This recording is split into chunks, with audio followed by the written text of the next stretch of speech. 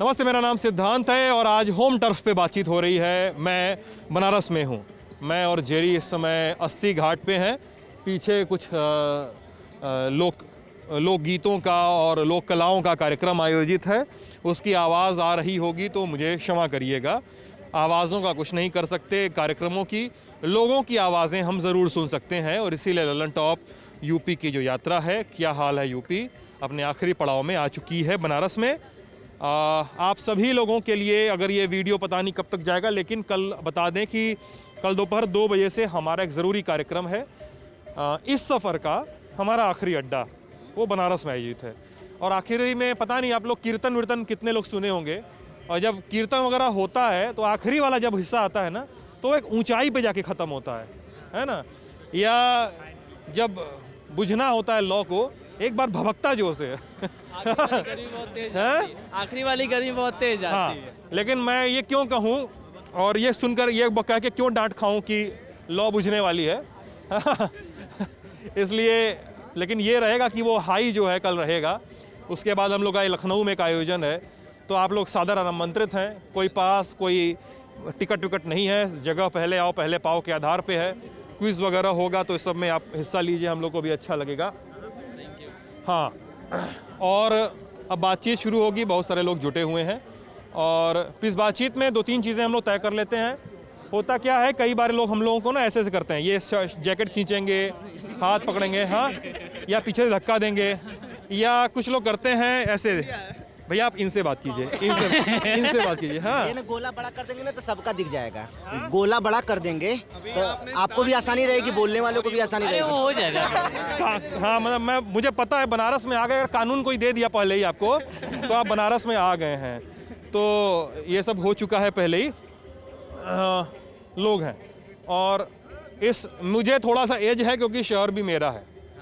तो आप लोग अब बताएंगे, लेकिन मैं पूछूंगा आप लोगों से ही कि भाई यहाँ पर चुनाव किन बातों पे होना चाहिए, किन मसलों पे होना चाहिए, किन आपके विधायक जो सिटिंग एमएलए हैं उनसे क्या सवाल पूछेंगे आप लोग जब वो वोट मांगने आएंगे, या जो प्रत्याशी होंगे आप उनसे क्या सवाल पूछेंगे कि साहब आप ये क्या कर देंगे क्या, ये सब आप लोग पूछेंगे। तो उन सब मुद्दों पे बातचीत है।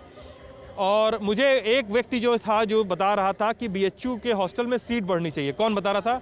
हाँ, अच्छा आप। अच्छा, पीछे वाले जो लोग हैं वो लोग भी बात करेंगे, हम आएंगे उनके पास। वो कहिए मैं आ जाऊंगा, ठीक है।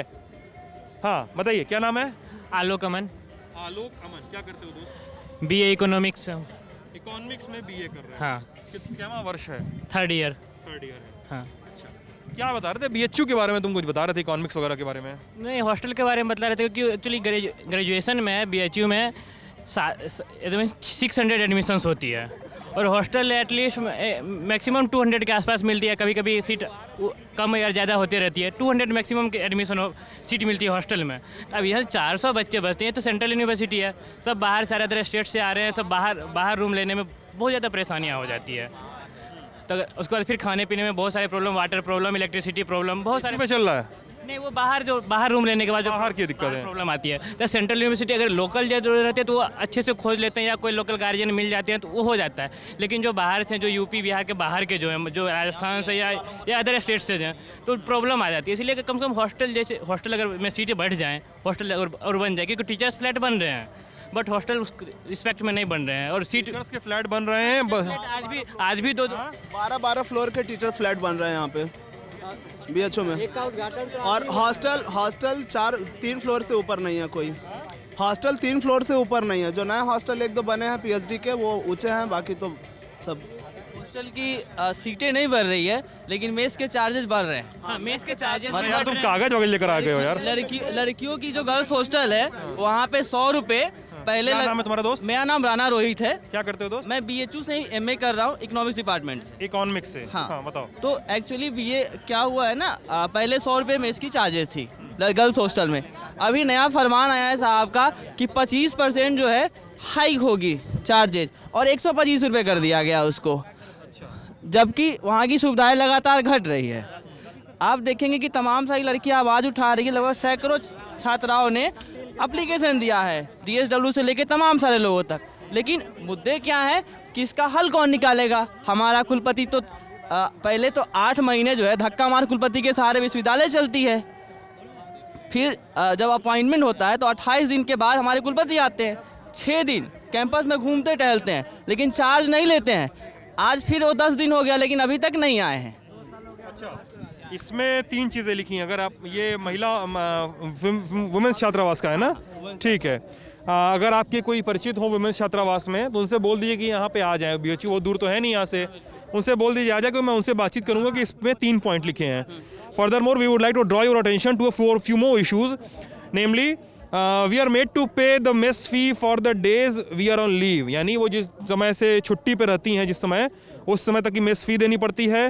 Quality of food still has not been improved, food का क्वालिटी भी नहीं इम्प्रूव किया है। और non vegetarian food is still not provided once a week. ये 2017 में बहुत बड़ा मसला बना था कि लड़कियों 2017 में बहुत बड़ा आंदोलन हुआ था BHU के गेट पे, मैंने कवर किया था उसको। तो उस समय से कुछ सुधारें हुई हैं, लेकिन आज भी कई सारी हॉस्टल है, जैसे कामकाजी महिलाओं का हॉस्टल है, उसमें आज भी जो है नॉनवेज नहीं मिलता है। नॉनवेज के नाम पे प्रोटेस्ट करने पे सिर्फ अंडा मिलता है। लड़कों के हॉस्टल में है कि आप पर डाइट खाइए, उस हिसाब से पैसे दीजिए, लेकिन लड़कियों को कहा जाता है कि 5 डाइट से अगर ज़्यादा आपके हुए तो आपको पूरी महीने के पैसे दिए जाएंगे। तो आखिर ये भेदभाव क्यों हो रहा है? अच्छा, लेकिन 125 रुपये 100 का 125 किया गया है, तो यार वो ये भी कह सकते हैं, ये भी तर्क दे सकते हैं कि यार खाने के सामान में, अनाज में, तेल में, सब में इतना महंगाई है, तो कहाँ से हम कंपनसेट करें? 2014 से पहले तो महंगाई डाइन थी ना। तुम जेब में पहले रखे क्या क्या हो ये बताओ। नहीं, अब ये तुम बताइए कागज कि निकाले हो, तेल निकाले, तुम रखे क्या क्या हो? तेल की कीमत क्या है? इस तेल की कीमत क्या है? भैया इकोनॉमिक्स के स्टूडेंट है तो सब इस कुछ तेल की देना कीमत पड़ेगा। क्या है? अगर अखबारों में आते हैं कि WPI 14% बढ़ गया तो बात होनी चाहिए ना। तेल को बैग रख लीजिए। अगर हम घर में हम जाते हैं, प्राइस इंडेक्स बढ़ा है। हाँ बिल्कुल, होलसेल प्राइस इंडेक्स बढ़ा है, अखबारों की कटिंग आती है, छोटी आती है। दूसरी चीज़ देख लीजिए, हमारे घरों की कमाई घट गई है। जो घर में आमदनी थे ना वो तो रुक गए हैं, और एक तरफ लगातार सामानों के दाम बढ़ रहे हैं, हॉस्टल के चार्जेस बढ़ रहे हैं, तो ऐसे में कैसे पढ़ाई होगी बताइए। और ये तुम वुमेंस हॉस्टल का बता रहे हो। मेंस हॉस्टल की क्या स्थिति है? हॉस्टल की स्थिति ये है कि पहले 100 से अधिक हॉस्टल है, 100 से अधिक हॉस्टल है, लगभग 200 मेस चलती है, लेकिन कहीं भी एक फूड इंस्पेक्टर नहीं है जो खाने की क्वालिटी को जांच सके। मैं कह रहा हूँ, एकदम कह रहा हूँ कि अगर मैं 5 साल अगर पूरा हो जाएगा और अगर मैं मेस का खाना खाते रहूँगा तो मेरी किडनी फेल हो जाएगी।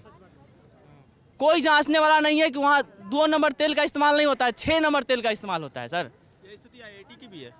IIT BHU में भी, जबकि वहाँ पे ऐसे फूड की गुणवत्ता के लिए बोला जाता है कि IIT का खाना सबसे अच्छा मिलता है, लेकिन जब से ये लॉकडाउन खत्म किया है, बुलाया गया है, तब से वहाँ टिफ़िन सर्विस पहली बार चलती है। उस टिफ़िन सर्विस में कभी कॉकरोच आ जाता है, कभी कीड़े आ जाते हैं, कभी कुछ आ जाता है। तो ऐसी स्थिति IIT के भी हॉस्टलों में है। और दूसरी बात, IIT में लगातार, मैं रिसर्च स्कॉलर हूँ IIT BHU का, और हम लोगों को लगभग 1.5 साल उसमें कोरोना के कारण नहीं यहाँ पे अपना रिसर्च कर पाए। उसके बावजूद फीस वसूली गई, लेकिन रिसर्च के नाम पे, प्रोग्रेस के नाम पे कुछ नहीं हुआ। और प्रोग्रेस होता भी कैसे, क्योंकि हम लोग घर पे थे, हम लोगों का जो प्रैक्टिकल होता है वो लैबों में होता है, तो हम लोग कर नहीं सकते हैं। तो हम लोगों ने मांग किया कि इसको 0 सेशन करिए, हमसे फीस मत लीजिए, और हमारी स्टाइपेंड भी बंद कर दी गई। जो हमें छात्रवृत्ति मिलती थी वो भी बंद कर दी गई। और बार बार जाते हैं डायरेक्टर पर, डायरेक्टर बोलते हैं डीन के पास जाइए, डीन बोलता है डायरेक्टर के पास जाइए। यही लगातार हम लोग करते आ रहे हैं, ना अपना रिसर्च कर पा रहे हैं, ना कोई प्रोग्रेस हो पा रही है। और लगातार फीस, अभी फिर 30 तारीख को फिर फीस का फरमान आ गया कि आप लोग 12,600 जमा करिए, जो हॉस्टल में रह रहे हैं 19,000 जमा करिए। और स्टाइपेंड मिल नहीं रही, स्कॉलरशिप मिल नहीं रही। अब हम लोग की उम्र जो है वो 30-32 साल हो गई है। हम अपने घर से फिर से पैसा मांगे कि हमको फीस जमा करना है, क्योंकि हमें स्टाइपेंड तो मिल रही, फीस कहाँ जमा करेंगे? या तो फिर मजदूरी करके फीस जमा करें, फिर अपना रिसर्च करें। तो ये समस्या है सरकार की और BHU प्रशासन की, IIT की। Yes sir. यानी फैकल्टीज़ के भी हॉस्टल ख़राब हैं, आपके भी हॉस्टल्स ख़राब हैं। हाँ, और बॉयज़ और हाँ नहीं रहे, नियुक्त हो गए हैं, 1.5 महीना हो गया है। जो VC सर वो आ ही नहीं रहे हैं, 1.5 महीना खरमास बिता के आएंगे लग रहा है। हाँ, 1.5 महीना हो चुका है, और बोले भी हैं भाई। और वही है उनका, अभी देखिए ज्वाइन ही नहीं कर रहे हैं। 1.5 साल बाद यूनिवर्सिटी को VC मिला है, और VC 1.5 महीने से गायब है नियुक्ति होने के बाद, ज्वाइन नहीं कर रहा है। काम धाम चल रहा है कि नहीं ये बताओ? काम धाम कहाँ, ठप है सब। बिना ड्राइवर का गाड़ी कैसे चलेगी सर? विद्यालय में बिना ड्राइवर का गाड़ी कैसे चलेगी? बिना ड्राइवर का गाड़ी कैसे चलेगी सर? नीतीश नाम है, मैं BHU का छात्र हूँ। कौन कोर्स के गुरु? MA political science. अभी मेरा भैया JNU में PhD के लिए एलिजिबल हैं, इनरोल हुए हैं। जेएनयू पीएचडी भी करना मेरा है। एंट्रेंस निकला है अभी इस बार, अभी गया नहीं हूँ। थैंक यू भैया। तो बीएचयू में पिछले 1 साल से वीसी नहीं है और रेक्टर चला रहे हैं यूनिवर्सिटी को। रेक्टर के पास 1 महीने पहले वीसी की नियुक्ति हुई और बीसी ज्वाइन नहीं कर रहे हैं। 5 दिन आके विश्वविद्यालय में घूम कर गए और ज्वाइन नहीं कर रहे हैं। पता नहीं क्या उनकी, घूम के गए। हाँ मोदी जी के साथ आए और रहते हैं, मोदी जी के ही लोग हैं। वो कहते हैं कि अमित शाह का बहुत खास आदमी है। वो कहते हैं कि अमित शाह का खास आदमी है, तो जब जब मोदी जी आएंगे तब तब आएंगे, लेकिन वो चार्ज नहीं लेंगे। तुम पहले ये बताओ, जेब से और कुछ निकालने वाले हो कि नहीं? जेब से भैया अभी कुछ नहीं निकालो क्योंकि पैसा आ नहीं रहा है, मतलब तुम नौकरियां मिल नहीं रही है, तो जेब में टैबलेट भी पैसा रखा कहाँ हुआ से है, आएगा? इनका टैबलेट भी रखा हुआ है। सा पेट खराब हुआ वगैरह सब कुछ लेके चलते हैं क्योंकि ऐसी मजबूरी है। खराब नहीं हुआ है दोस्त, लेकिन किडनी खराब होने वाली है। मोदी जी आए, विश्वविद्यालय को सजाया गया, सब चीज़ किया गया, जीर्णोद्वार किया गया, उसके लिए विश्वविद्यालय खुला है, कोई कोविड नहीं है। लेकिन अभी रैली हुई है जुलाई में, मोदी जी की रैली भी थी वहाँ पे जब कोविड का सेकेंड वेव नीचे आ रहा था। लेकिन उसके बाद से कोविड चला गया, सब कुछ हो गया, लेकिन विश्वविद्यालय पूर्ण क्षमता से खुल नहीं पाया है। आज भी हम लोग ऑनलाइन पेपर दे रहे हैं, क्लासेस नहीं चली हैं हमारी। लोग प्रदर्शन विश्वविद्यालय खुलवाने को लेकर जो छात्र मांग करते हैं उनको लंका गेट से उठा के थाने में बंद कर दिया जाता है। 3-3, 4-4 FIR हुई विश्वविद्यालय खुलवाने को लेकर। 3-3 लंका गेट से थाने में बैठा दिया जाता है। 2 बार गिरफ्तार किया गया हम लोगों को। विश्वविद्यालय अक्सर कोरोना का हवाला दिया जाता है और अभी आप देख रहे होंगे कि यहाँ पे पीछे कितना भव्य कार्यक्रम चला है। मोदी जी आते हैं तब कोरोना नहीं आता है, अमित शाह जी आते हैं तब कोरोना नहीं आता है, लेकिन जब क्लास की बात होती है, अगर कहा सुनी 2 लड़कों की पुलिस आ जाती है तुरंत, एक ऑटोनॉमस बॉडी है, तुरंत पुलिस आएगी। कमिश्नरेट है। कमिश्नरेट बना देने पर विश्वविद्यालयों का पुलिसियाकरण किया जा रहा है। यही तो कहना है सर ना कि जो यूपी में योगी आदित्यनाथ के सरकार में उत्तर प्रदेश पुलिस एक बेलगाम तरीके से काम कर रही है। छात्रों के ऊपर लगातार मुकदमे करना, जो छात्र मांग कर रहे हो कि हमारा विश्वविद्यालय खोल दिया जाए, उनके ऊपर तुरंत FIR करना। और मोदी जी आते हैं तो यहाँ के DM, यहाँ के कमिश्नर, यहाँ के कमिश्नरेट उनके स्वागत में, उनके लिए पलगे बिछाने में, सब कुछ में लग जाता है। लेकिन एक यूनिवर्सिटी खोलने में आप सोचिए कि विश्वविद्यालय में पढ़ाई क्यों नहीं हो रही है। ये सीधा सीधा सवाल है ना। मोदी जी क्या कोई भगवान उगवान है कि उनको कोरोना नहीं होगा? मोदी जी आते, मोदी जी मतलब कोरोना से बड़े कोरोना है, वो आते हैं तो कोरोना डर के भाग जाता है बनारस से। यही ना हुआ है। अभी मोदी जी का बनारस में कार्यक्रम था, काशी विश्वनाथ का। सर मोदी जी का रैली IIT BHU के कैंपस में हुआ था, उसमें गैदरिंग 6000 बोली गई थी, 6000 से लोग आ सकते हैं। और हमारे यहाँ IIT BHU में रिसर्च स्कॉलर टोटल संख्या 880 है। और हम लोग अपना रिसर्च स्कॉलर अपनी लैब खुलवाने के लिए धरने बैठे थे, वहाँ पे गए थे, आंदोलन किए थे डीन ऑफिस के सामने। और 6000 गैदरिंग 1 हफ्ते पहले हो चुकी थी और 880 लोगों को बुलाने की हिम्मत IIT BHU को। दो तीन चीजें मैं BHU भाई आप सुन लो गुरु, थोड़ा सा धैर्य धरो गुरु। BHU में हम पढ़े भी हैं और BHU के मेस में खाना भी बढ़ाए हैं, और हाँ, और हम IIT वाले मेस में भी खाना बढ़ाए हैं। हाँ, और वहाँ के में जो फ्राइडे या सैटरडे को होता था स्पेशल लाइट लगती है। हाँ, सैटरडे को दिन में स्पेशल लाइट मिलती है, रात में नहीं मिलती है ना शायद। संडे को दिन में। हाँ, तो मैं बनारस के रहने वाला हूँ, BHU के हॉस्टल में खाना ना बढ़ा चुका हूँ। और गुरु खाना बढ़िया था यार। खिलवाड़ किया जा रहा है। कोरोना के बाद दिक्कत हुई है। कोरोना के बाद अब ये बताइए, खाना बन जाता है 10 बजे और वही खाना गर्ल्स हॉस्टल में जाता है, वही सारे बॉयज हॉस्टल में जाता है, और खाना मिलता है 2, 2:30, 3 बजे तक। और उस खाने में उसके बाद उसमें कीड़े स्ट्रेंथ नहीं है, स्ट्रेंथ बच्चे अभी आए नहीं है पूर्ण रूप से, तो मेस खुला नहीं है प्रॉपरली, तो कम स्ट्रेंथ है। तो उन लोग को जो भी जैसे दिक्कत, जो प्रॉब्लम है सर, ये टेम्परेरी है। जो भी मेस का जो प्रॉब्लम है ना सर, ये टेम्परेरी है। वहाँ जो बनाते हैं, जो महाराज हैं, वो बोलते हैं कि उनका हो नहीं पा रहा कम स्ट्रेंथ में, इसीलिए अभी टेम्परेरी है। ये सब जो दिक्कत है, प्रॉब्लम है, ये सब अभी टेम्परेरी है। पक्का होने वाला है मामला। हो सकता है कि आगे जो है सही हो, जैसे पहले चल रहा था। यहाँ सब लोग बोल रहे हैं कि पहले मेस अच्छा चल रहा था, कोविड के बाद जो है थोड़ा उसमें प्रॉब्लम आया है। तो कोविड से सर सबको प्रॉब्लम आया है, तो मेस वगैरह जो महाराज है उनको भी दिक्कत हुआ है। तो अभी टेम्परेरी बेसिस पे जो है खाने की क्वालिटी थोड़ी गिरी है। तुम BHU के रहने वाले हो? जी जी। अच्छा, बीएचयू में पढ़ाई चल रही है। ये लोग इतना शिकायत कर रहे हैं, सही है कि गलत है, क्या मसला है? सर ये अब देखिए सर, ये सब मेरे भाई हैं सर, अब जो कह रहे होंगे सर, मतलब तुम अगर पहले ही बोल दिए कि ये सब मेरे भाई हैं, मतलब तुम काउंटर देने वाले हो बढ़िया वाला। हाँ, यही होता है। देखिए ये मेरे भाई हैं, लेकिन जान रहे हैं सर, सर ये भाई साहब शायद NSUI में है सर। तुम भाई बात बताओ अपनी, NSUI में है चाहे SHAS में है, वो देख लिया जाएगा। तुम बात बताओ क्या सर? ये लोग इतनी शिकायत कर रहे हैं कि लड़कियों के हॉस्टल में खाना का दाम बढ़ गया। ये है सर, ये थोड़ी बहुत नॉनवेज के नाम पर अंडा पकड़ा दिया। ये हमारे एडमिशन लेने से पहले ही समस्याएं थी कि वहाँ पे नॉनवेज वाली प्रॉब्लम थी। जो लड़कियाँ उनको नॉनवेज नहीं दिया जा सकता था, जिसके बाद बवाल भी हुआ था। जो VC साहब ने गलत स्टेटमेंट बोला था कि उससे जो है लड़कियाँ अगर वो याद है मुझे, मैं कवर किया था, तो वैसा जो है विवाद उठाया। तो ये सब चीज़ें हटनी चाहिए, ये सब ये सब मतलब सुधार होना चाहिए। विद्यापीठ का भी यही प्रॉब्लम है, बच्चे धरने पे बैठे हैं अभी तक। आज होकर आ रहा हूँ दोस्त। उनका कोई सुनने वाला नहीं है। अगर आप जब जान रहे थे मोदी जी का 23 तारीख को प्रोग्राम लगने वाला था, आपको फिर मतलब नामांकन की डेट नहीं देनी चाहिए थी। बच्चे वहाँ नामांकन की डेट, और वहाँ भैया हम वहाँ पे थे, ABP का एक भी नामांकन तक नहीं हुआ, एक भी कैंडिडेट उनका एक मतलब पर्चा तक नहीं भरा। क्यों? क्योंकि जान रहे हैं कि हम यहाँ से एक सीट नहीं निकाल पाएंगे। सोचिए ये स्टूडेंट की पावर कि ABP वाले इतनी बड़ी संस्था जो ABP की है, वो उनको एक नामांकन तक नहीं मिल रहा है। उसके बाद एक मिनट, उसके बाद ये बात हम लोग करके भाई, ये बात हम लोग करके आए हैं दिन में, और हम लोगों से मिले हैं, और हम लोग सुनी है बातचीत, ठीक है, कि क्या हो रहा है क्या नहीं हो रहा है। भाई ऐसे नहीं सुन पाएंगे, पहले पीछे चिल्लाना बंद करिए और थोड़ा सा मेरे बोलने का भी वेट करिए। गुरु देखो, बहुत सारे लोग BHU वाले जमा हो गए, हमको पता चल गया है, ठीक है, ये पता है बहुत BHU वाले घेरे भए हैं। और हाँ, 80 तो BHU का आंगन है ना, 80 BHU का आंगन है। BHU वाले BHU से निकलते हैं, लंका चौराहे पे चाय पियेंगे और मिंग गार्डन तक जाके भोजन बढ़ाएंगे, 80 पे जाके चाय तोड़ेंगे।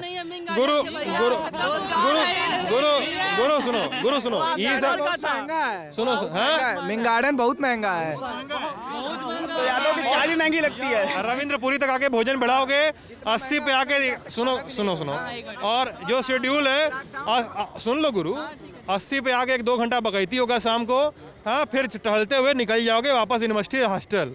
तो आप गुरु बात सुन लो, ये तो बात होगी BHU की, आप लोगों ने ये बातें कहीं रिकॉर्ड कर लिए।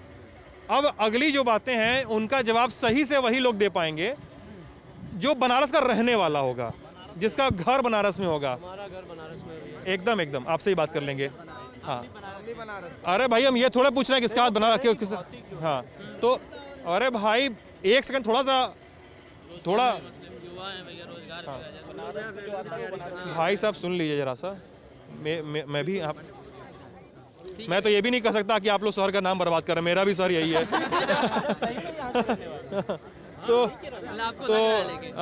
तो गुरु ये सब अब ना बातचीत हम लोग BHU पे कर लिए हैं, अब हम लोग बातचीत करेंगे डेवलपमेंट पे थोड़ा, ठीक है, इंफ्रास्ट्रक्चर डेवलपमेंट है। उसके बाद हम लोग बात करेंगे रोजगार पे, और उसके बाद हम लोग बात करेंगे स्वास्थ्य सेवाओं पे, ठीक है। ऐसे हम लोग बातचीत करने की कोशिश करेंगे, अगर आप लोग मुझे बातचीत करने देंगे तो, ठीक है। तो जो लोग बनारस के हैं वो थोड़ा आगे आ जाएं, BHU वाले जो हैं थोड़ा सा पीछे चले जाएं। हाँ, मंच मत छेकिए। हाँ, नेता बनने में भी समय आप लोगों को है ना। हाँ, क्या नाम है गुरु? हमारा नाम सौरभ सिंह है। क्या करते हैं दोस्त? ऐसे सामाजिक कार्यकर्ता हूँ। सामाजिक कार्यकर्ता गुरु, कभी कभी ना अक्सर पता चल जाता है कि यार इस पार्टी से जुड़े हुए हैं, इसीलिए मैंने अपना परिचय सामाजिक कार्यकर्ता दिया है। आप मुझसे समाज के नाते सवाल पूछे, मैं सामाजिक जवाब दूंगा। मुझे मालूम है कि आपके यहाँ पॉलिटिकल जवाब का कोई जगह भी नहीं है। नहीं, पार्टी का अगर सवाल पूछना हो तो किससे पूछे हम? आपका भाई हम वोट देते हैं तो हम उनके प्रतिनिधि तो हुए ही। किस पार्टी से? पार्टी में नहीं है, हम संगठन में हिंदू युवा वाहिनी में महानगर के कोषाध्यक्ष हैं। हिंदू युवा वाहिनी जी। सौरभ नाम है आपका? सौरभ कुमार। चलिए, अब हमको जानना है कि बनारस में किन किन मुद्दों पर बातचीत होनी है इस चुनाव में। विधानसभा चुनाव होंगे जब, तो लोग आएंगे तो किन किन मुद्दों पे बातचीत होगी। और मैं ये बात पहले ही बता चुका हूँ कि आप जो बोलिएगा ये सोच समझ के बोलिएगा कि मैं भी बनारस का रहने वाला हूँ। मुझे अच्छी हाँ, तरह से पता। आप बताइए सौरभ, यहाँ पर बनारस के मुद्दे क्या क्या हैं जो चुनाव में लगता है कि पूछे उठाए जाएंगे? देखिए, मुझे जो लगता है, आज जब आप युवाओं की बात करते हैं, आप जब युवाओं की बात करते हैं तो युवाओं के लिए मूलतः सभी जगहों पर एक सुरक्षित इन्वायरमेंट, जहां वो अपनी विचारधारा को प्रॉस्पर तरीके से बढ़ा सकें, रोजगार, ताकि वो अपने आप को आर्थिक तौर पर स्वावलंबी बना सकें और ऐसी विचारधारा का आगे जाके परस्पर तरीके से प्रचार करें जिससे आने वाले समाज का एक निर्माण हो। मेरी ये समझ है, जो मैं फ्यूचरिस्टिक अप्रोच से कह रहा हूँ। छोटी मोटी जो दिन की जो दिनचर्या की ज़रूरतें हैं वो एक अलग बात है, पर जब हम ब्रॉडर पर्सपेक्टिव पे बात करेंगे, जहाँ वोट देते हैं, तो एक कम्युनिटी से निकल के ग्लोबल पॉइंट ऑफ व्यू से हम ये कहेंगे कि देखिए, आपको यहाँ पर रोज़गार देना होगा, अच्छे शिक्षा के अपॉर्चुनिटी आपको प्रोवाइड करानी होगी, एक ऐसा एनवायरनमेंट बनाना होगा, ऐसा माहौल बनाना होगा जहाँ पे जाके हम कंप्लीट होलिस्टिक अप्रोच से ग्रोथ देख सके, ना कि एक पॉइंट पर। देखिए, मैं देख रहा हूँ, आप बनारस के हैं, मैं आपको एक शुद्ध एग्जांपल देना चाहता हूँ जिससे आपको पता चलेगा कि देखिए, महाराणा प्रताप जी को युद्ध जीते नहीं, उन्होंने आपको एक प्रेरणा दी कि आप लड़ेंगे तो जीत पाएंगे। उसी तरह से मोदी जी ने, आप बनारस में रहते थे, आप बताइए किस ठेले वाले के पास 2014, मान लीजिए टाइम फ्रेम में डाल देते हैं, ठेला होता था, डस्टबिन होता था। आज आप किसी कचौड़ी वाले के पास भी चले जाइए तो आपको कहेगा कि भैया पेपर प्लेट जो है अपना डस्टबिन में डाल दीजिए। ये विचारधारा है। देखिए, मोदी जी आपको श्री राम जी भी अपने समय में किसी का खेत जोतने तो गए नहीं थे, वो आपको एक व्यवहार, एक ऐसा आपको इन्वायरमेंट दे पाएंगे।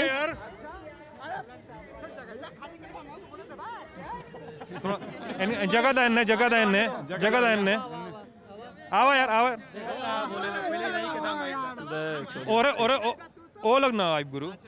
ठीक, तो उन्होंने आपको एक माहौल दिया है। देखिए, अब मैं इस बात को कह दूं, बड़ा हो जाए कि फादर ऑफ द नेशन कहना एक अलग बात है, Modi ji proud of the nation है। और हो सकता है कोई पिता गलत काम कर जाए, कोई बेटा उससे सुने, मतलब क्या कहते हैं, मैं अपनी बात कह दूं कि आप मेरी बात सुन लीजिए, सुन भैया मेरी बात, नहीं मेरी बात सुनिए,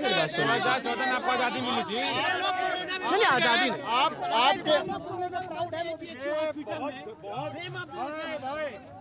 ये सुनो बहुत घटिया एग्जांपल सेट कर रहे हो, सिर्फ चिल्ला के तुम लोग। वो इंसान खड़ा था, तुम लोग की बात सुन रहा था, और मैं पूरी बात सुन चुका हूँ। मैं आग्रह करूंगा, अगर ऐसे करना तो चले जाओ बहस से, ठीक है? मैं दोबारा बाइक लेकर नहीं आ पाऊंगा।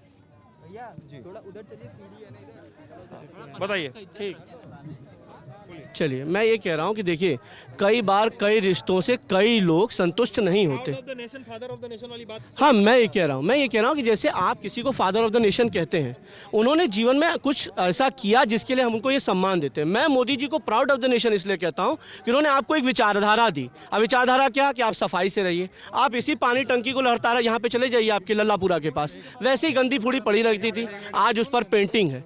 आप देखते हैं तो आपको देखने में अच्छा लगता है, मोदी जी आपके घर में आके पैसा तो दे नहीं रहे, ना हमको दे रहे हैं ना आपको दे रहे हैं, पर वो आपको एक अपॉर्चुनिटी दे रहे हैं, आपको एक विजन दे रहे हैं कि आने वाले 10 साल 20 साल, भाई मंगल पांडे जी ने 1857 में कोई क्रांति की, उस दिन देश आज़ाद तो नहीं हुआ, पर आपको एक विचारधारा मिली कि नहीं, हमें लड़ना पड़ेगा। आप सफाई की तरफ बढ़िए, स्मार्ट सिटी हो रहा। भैया आप बताइए, आप तो यहाँ रहे बनारस में, कैसा जाल होता था, लाइट की क्या परिस्थिति थी। आप शंकर सरदार का बाड़ा, यहाँ जो बनास का रहने वाला है, जो मध्यम वर्गीय परिवार है, वहाँ शादी के लिए जरूर जाता है। आप उस रोड पर पहले गए होंगे, रात चल जाइए, मेरे बिना जाइएगा। आप पक्के महल के कई रोडों पर चले जाइए। अब क्या है कि जैसे आप कहीं बिछ गया रोड, यही 80 घाट आप देख रहे हैं सर, 7 सीढ़ियों का ये पैटर्न है, मतलब एक फ्लोर जो है 7 सीढ़ियों का है। इस देश को जितने वर्ष आज़ादी के लगे, उतने वर्ष एक प्रधानमंत्री को यहाँ सीढ़ी बनवाने में लग गया। आप विचारधारा सोचेंगे तो सोचते रहिए। कच्चा नहीं था, पहले कच्चा था, बाद में जाके सीढ़ी हुई। कच्चा था भैया, नहीं पहले, बाद में ये जो नीचे वाला जो है, अभी भी देखिए, सुनिए मेरी बात सुनिए, अभी भी 7 सीढ़ी नीचे, नहीं, जो अभी नया वाला बना, पूरा नहीं था। आप बोल रहे हैं कि सफाई वाला काम हुआ, अप्रोच उनका 100% अपने गोल को अचीव नहीं किया। ठीक है, वो चाह रहे हैं, उनका कहना है स्वच्छता अभियान। मतलब इस पे तो मेरा भी कहना है कि अगर आप चाहेंगे कि यहाँ पे कूड़ा बिखरा हुआ है और ये बोलेंगे कि देखिए स्वच्छता अभियान है, मतलब होता है ना, हम लोग जाते हैं यहाँ कूड़ा गिराता है, भले स्वच्छता अभियान है, भाई कूड़ा फेंकने वाला वहाँ कौन है? पहले मुझे लगता है उसकी शिनाख्त होनी चाहिए। सफाई तो एक अच्छी चीज़ है, होनी चाहिए।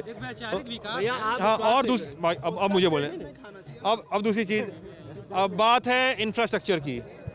गुरु पक्का महाल में आज भी 4 पहिया जाए ना, 2 घंटे का जाम लगता है कम से कम।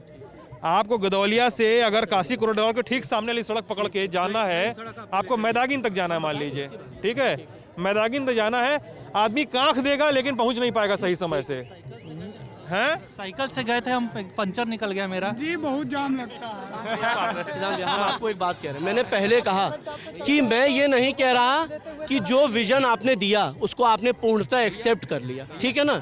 मैं कह रहा हूँ कि आपका गोल 20% 30% भी अचीव हुआ।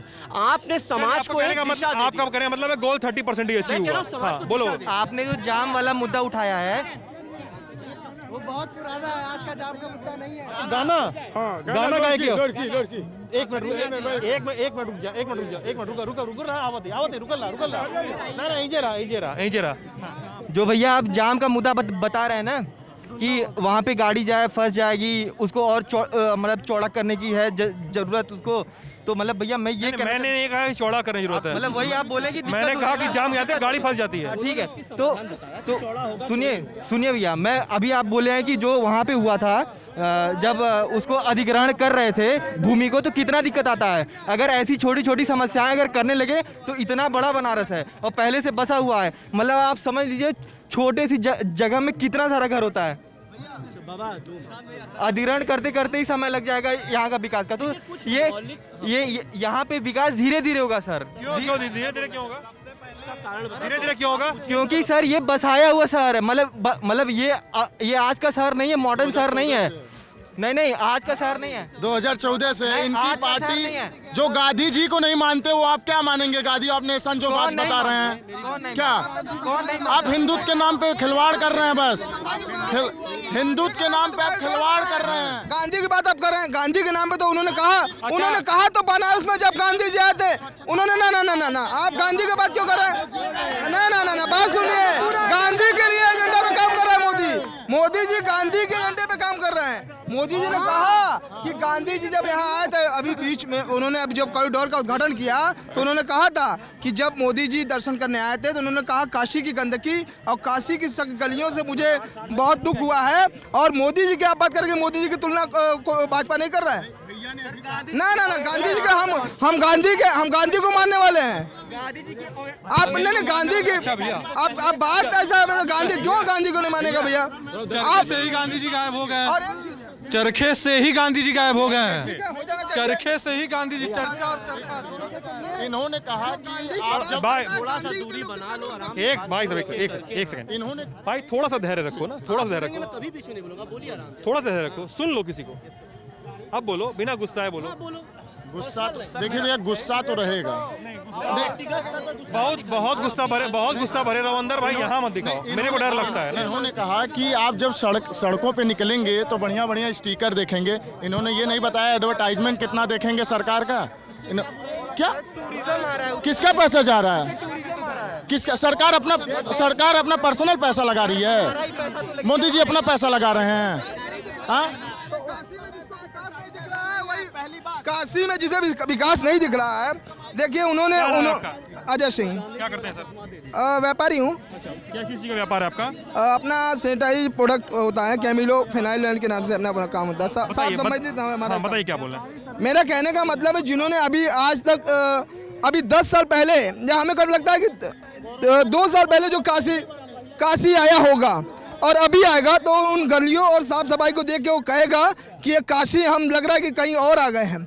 आज जिन लोग जापान की बात मैं करूँ, मैं काशी की बात कर रहा हूँ। काशी के धर्म, काशी की संस्कृति, काशी नगरी को बचाने का काम और हिंदुत्व का जो काम हो रहा है वो माननीय प्रधानमंत्री नरेंद्र मोदी कर रहे हैं। और हम युवा इस बार भी नरेंद्र मोदी जी को लाने में उतने आपने बोल लिया। आप थोड़ा देर शांत रहिएगा, थोड़ा शांत रहिए। जब तक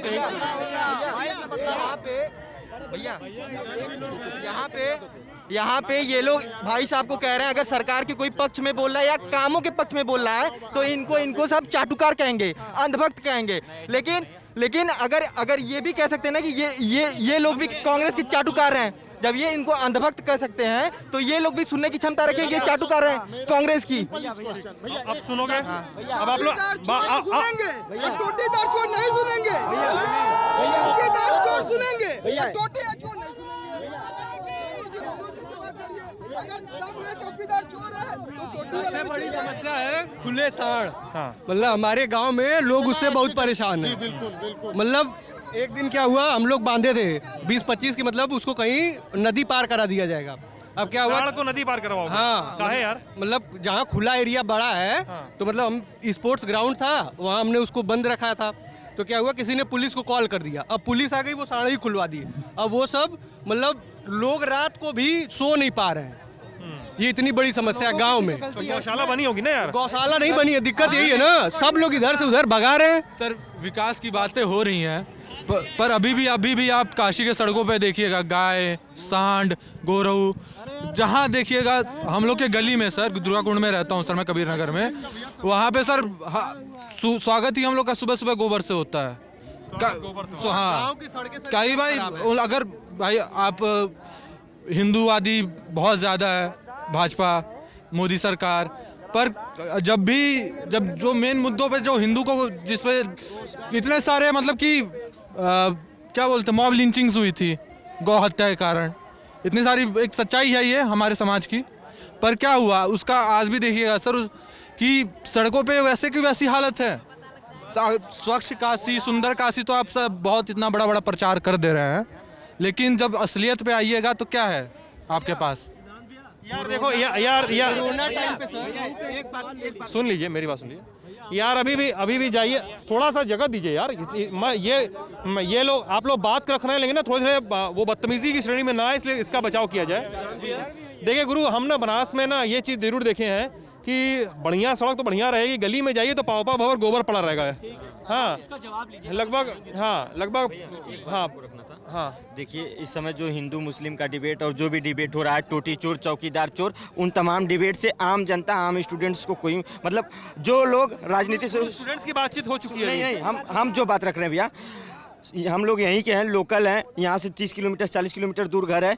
सभी लोग BHU में आते हैं हॉस्पिटल में इलाज कराने के लिए। इस समय 20 से 30 रुपया पर्ची हो गया है, जो 150 रुपये जो 150। भाई मेरी बात सुनो। मैंने कहा था अभी इंफ्रास्ट्रक्चर पे बात करेंगे, उसके बाद नहीं सुनो यार, मैं बोल रहा हूँ कि पहले इंफ्रास्ट्रक्चर पे बात करेंगे, फिर रोजगार पे बात करेंगे, फिर स्वास्थ्य पे बात करेंगे। अगर तुमको स्वास्थ्य पे बात करनी है तो 2 मिनट बाद आ जाना, जब स्वास्थ्य बात शुरू होगी। अभी इंफ्रास्ट्रक्चर पे बात कर रहा हूँ, ठीक है? आपका एक जवाब देना चाहते हैं बस, अगर आप ले तो, और पूछ के बोल रहे हैं। अगर समाज में किसी औरत को पुत्र हो तो बहुत वाहवाही मिलती है, ठीक है? उसी तरह से गौ पालक गाय अपने पास रखता है और जब गाय बछड़ा दे देती है तो उसको समाज पे छोड़ देता है। कुछ जिम्मेदारी समाज को भी अपनी नैतिकता को लेना पड़ेगा, और नैतिकता का सृजन ही मैं आपसे कह रहा हूँ कि आप कोई भी पॉइंट ऑफ व्यू क्वेश्चन उठाना बहुत आसान है, उसका सॉल्यूशन देना डिफिकल्ट है। आप जब बछिया होती है तो कोई बछिया नहीं छोड़ता, उसको रख लेता है, और जब बछवा होता है तो छोड़ देता है। आप अगर पालना चाहते हैं, अगर आप पालना चाहते हैं, भाई साहब मेरे पास गाय है, बनारस शहर में मैंने रखा था, और 7 गाय, और लॉकडाउन में मैं अपने बाइक पर 2-2 कुंटल चोकर और चूनी ला के रखा हूँ। मैं MBA ग्रेजुएट हूँ, आप मुझसे बोलिए अभी मैं गाय पाल लूँगा। हिंदू हूँ, शिखा रखता हूँ, कान छेदा हुआ है। मेरा कहने का मतलब, आप अपने कल्चरल, अपने जो हिस्टोरिकल आपका बैक है, आप उससे पीछे भागेंगे तो ऐसा होगा। अगर हर व्यक्ति अपने घर में गाय हाँ बताइए, हर व्यक्ति अपने घर में गाय पाले तो पालेगा, तो उस गाय को आपको बाहर छोड़ने की जरूरत ही नहीं पड़ेगी। अब आप क्या करते हैं, मेरी बात समझिए भैया। जैसी बात का मतलब कुछ मुझे लग रहा है आपकी बात का साफ कर लेना चाहिए, कहीं आपकी बात का मतलब ये लोग ना निकालने कि हर हिंदू को घर में गाय पालनी चाहिए। नहीं भैया देखिए, तो नहीं कर रहे ना, मेरी बात सुनिए।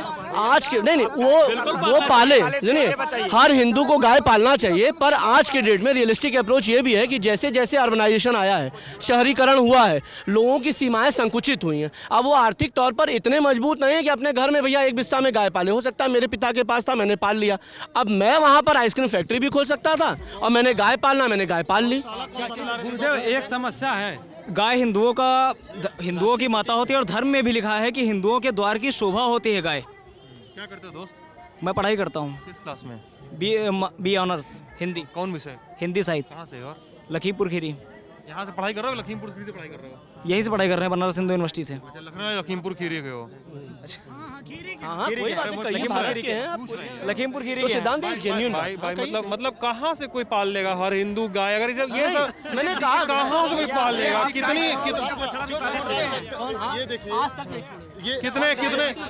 कितने हाँ पालने में एक दिक्कत है कि मान लो कोई गाय पाल रहा है, ठीक है, गाय को अपने एक शहर से दूसरे शहर लेके जाना है, ठीक, तो कुछ लोगों को लिंचिंग का भी तो खतरा है। किसी की जाति, किसी का नाम पूछ के उनके ऊपर लिंचिंग कर दी जाती है। तो इनसे अरे एक मिनट सुन लीजिए। हाँ एक मिनट सुन लीजिए। गौशाला क्या विपक्ष वाली पार्टी बनवाएगी? क्यों अभी? अरे सुनिए पहले, सरकार में भैया जब सरकार में आप हैं, साड़ रोड पे घूम रहे हैं, तो आपका नेतृत्व बनता है ना उनको कहीं एक जगह रखने का, बनती है ना। और मुझे बोलना नहीं चाहिए। अभी देखिए गाय का मसला हुआ, हिंदू कर दिए, हिंदू के घर में आप ही किए। एक मिनट, आप हिंदू युवा वाहिनी से हैं? हिंदू नहीं, बात सुनिए, बात देखिए बात सुनिए भैया, बात सुनिए। हिंदू युवा वाहिनी से हैं, अच्छी बात है।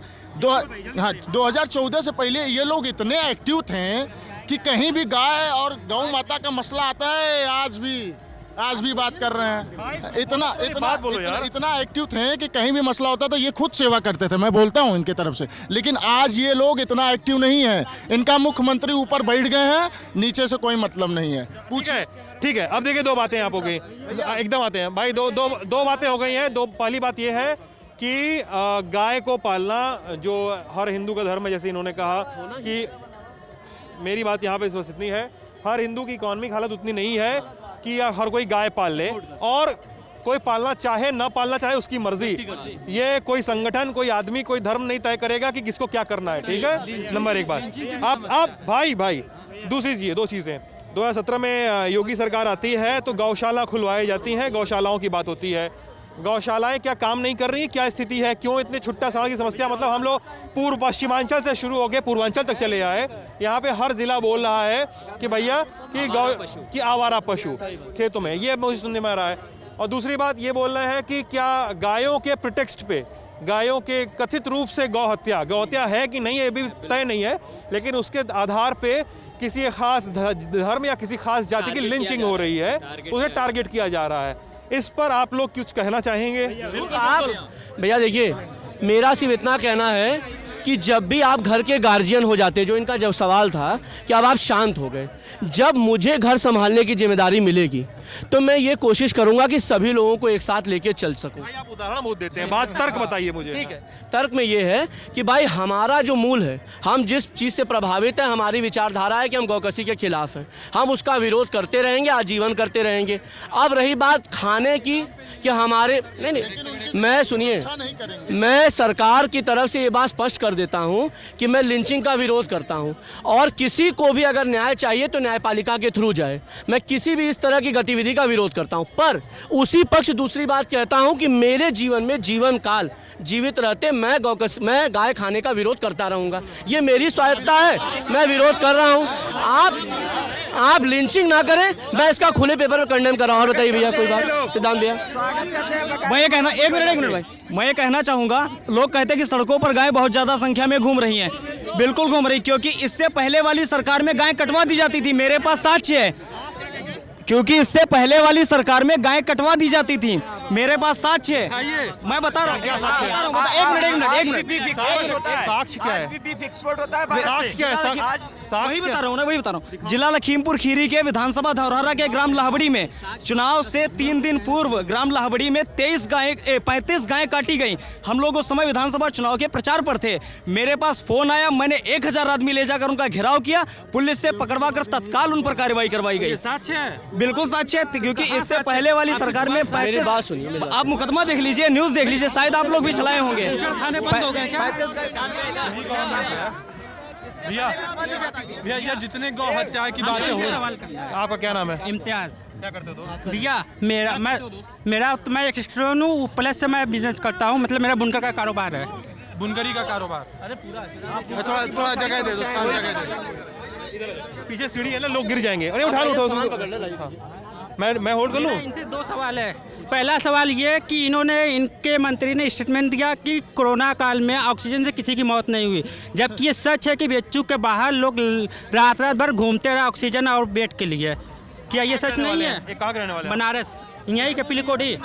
इनके मंत्री जी नहीं, मंत्री जी हम सब लोग के हैं, ठीक है, इनकी पार्टी के नेता हैं वो। पार्टी के दूसरी बात मेरा ये कि इन्होंने बड़ा विज्ञापन दिया कि इनकी सरकार आने के बाद लोगों की इनकम दुगनी हुई, ठीक है। अब ये बताइए, कोरोना आया, मैन्युफैक्चरिंग ग्रोथ कम हुई, सेलिंग नहीं हुई, लोगों की जो जॉब थी वो गई, प्लस न्यू जॉब हुई नहीं, लोग इंटरप्रेन्योर्स हुए नहीं, तो इनकम बढ़ेगी कैसे? कि इनकम बढ़ेगी कैसे? ये जो गौहत्या की जो बात हो रही थी, मैं कुछ कहना चाहूँगा।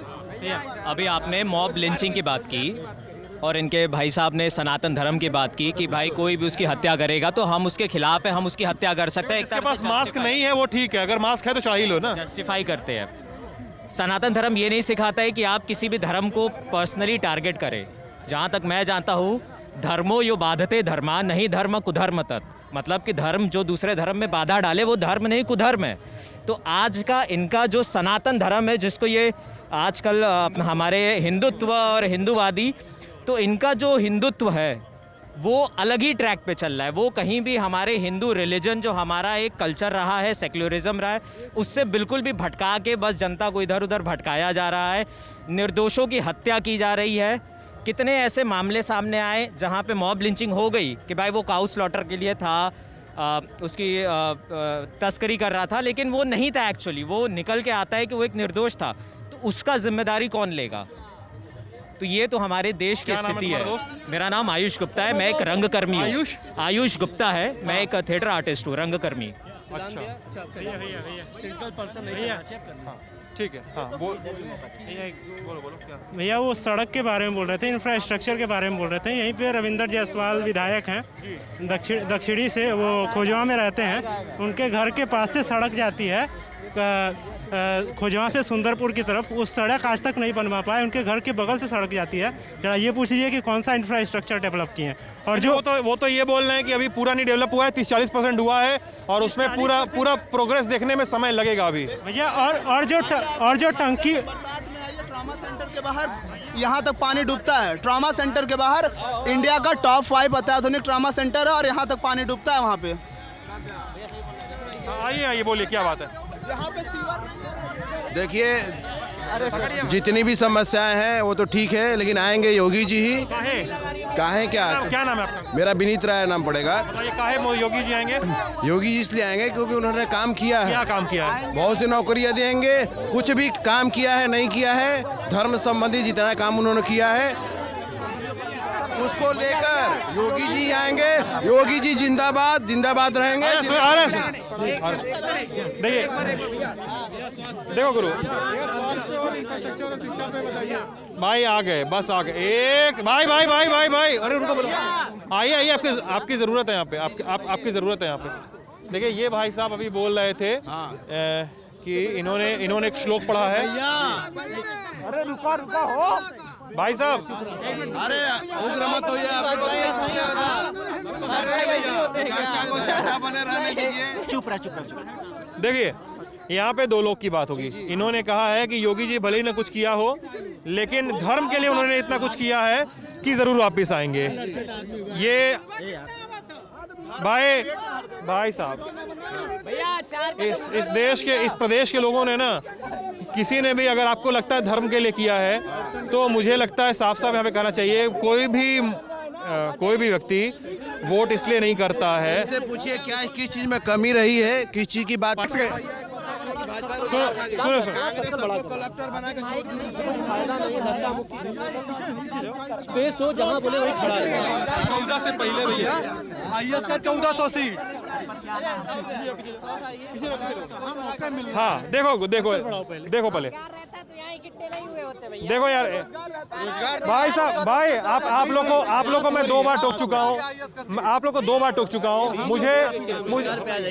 मुझे पर्सनली बहुत दुख होगा बनारस से बस बंद करते हुए, ठीक है? सेफ है ना, बैकअप लेना चाहिए। एकदम सेफ है। भाई सुनो, मुझे पर्सनली बहुत दुख होगा कि अब मुझे बनारस से बस बंद करनी पड़ेगी, ठीक है? हाँ सुन लो, तुम शांत रहो। आप बोल रहे हैं कि अभी देखिए, मैंने कोई बोल रहा था कि रोजगार पे बात शुरू कीजिए। अब शुरू होने वाली रोजगार पे बात देखना। अभी ये इन्होंने पहली बात रोजगार की बोल दी। 5 काम बताइए उन्हें रोजगार योगी जी ने जो किए हैं। लेकिन उसमें मंदिर मस्जिद नहीं। सुन लो काम सुन लो पहले। हाँ अरे आ जाओ भैया, किसके अंदर इतना गुस्सा है? आगे अच्छा आप सुनिए मेरी बात, आप आ गए, अब आप अंदर आ गए। थोड़ा सा शांत रहिएगा, क्योंकि आप चिल्लाएंगे ना मुझे भी बुरा लगेगा कि मैं बनारस में बस बंद करके चला गया। ठीक है, ऐसा नहीं करिएगा। मेरा रिक्वेस्ट है कि आप यहीं रहिएगा। चलिए विनीत जी बताइए पहले। हम कुछ नहीं बता रहे भैया, आप बताइए 5 काम। विनीत जी 5 काम कहाँ?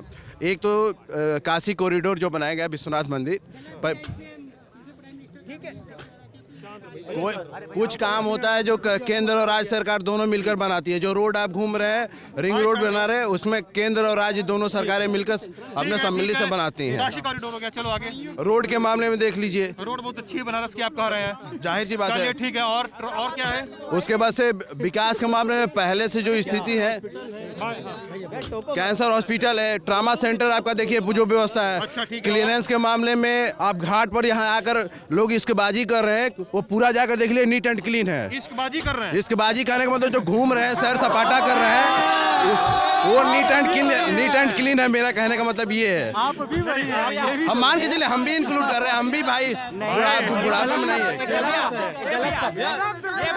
सदियों से रहे, सदियों तक रहेंगे, तो वो तो होगा, वो होता हुआ आया है। वो दूसरी बात, मेन पॉइंट ये है कि पहली बात कि सनातन जो धर्म है उस भैया, अब दूसरी बात कि मतलब जो मेरा लास्ट पॉइंट है, जो धर्म है इसके प्रति जो जागरूक लोग हुए, जो खासकर हिंदू वर्ग, पहले से नहीं थे। आप लोग पहले से थे, होते ना तो परेशान नहीं होते।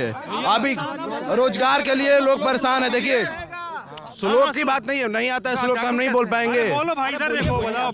कहने का मतलब है ये कि ऐसा नहीं, सुनो, आपका कहने का मतलब है सड़क बनी है, ट्रॉमा सेंटर, कैंसर अस्पताल, क्लिनिक सर जी। अब आपने बोल लिया भाई थोड़ा सा इतना थोड़ा सा भाई आपने भाई साहब सुनिए, अब आप शांत रहिए, थोड़ा चिल्लाइए मत प्लीज, चले जाइए वरना चिल्लाना है तो, ठीक है भाई साहब। विनीत भाई सुनिए, अरे भाई सुनो भाई, आपने बता दिया 5 पॉइंट, अब भी लोगों ने सुन लिया, ठीक है। और अब आपसे आशा की जाती है कि आप थोड़ी देर शांति से सुनेंगे। और मेरा एक सवाल है, बाकी लोग भरे बैठे आप देख ही रहे हैं। हाँ, हमके बस इतना इतना कंफ्यूजन है यार ना, यार आपको काम नाम गिना लिए, आपको इस बाजी से क्या दिक्कत है? मतलब कहने का मेरा मतलब है जो कि पहले की जो स्थितियां थी, सिंगल नहीं है भाई, भयंकर टिपिकल है। कहने का मेरा मतलब ये था कि जो बैठ रहे हैं हम लोग, यहाँ से आप वहाँ से क्या कहते हैं, रविदास घाट से लेकर आप मणिकर्णिका के आगे चले जाइए, राजघाट तक चले जाइए, जहाँ भी घाट है बैठने लायक है। पहली स्थिति ये नहीं थी। अच्छा, मतलब इश्कबाजी के लिए सेफ है आपका कहने में? आप इश्कबाजी के लिए लीजिए, या देखिए कहने का मतलब है कि घाट जो है सुकून कहा जाता है हम लोग के लिए, जो भी छात्र है या जो भी यहाँ आए हैं, एक तरह सुकून का पल होता है। तो इश्कबाजी आप कर लीजिए, जो भी आप सुनिए, उसको गलत वे में ना लिया जाए। भाई तुम ही चिल्ला रहे थे ना, चिल्ला रहे थे। अब देखो मैं सभी लोगों से आग्रह करना चाहता हूं कि इनको देखे, ये पीछे से चार बार मना करने के बाद भी चिल्लाए थे, इसलिए अब इनको सुनो। गुरु सुनो,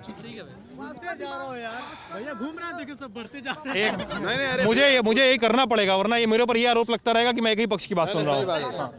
हाँ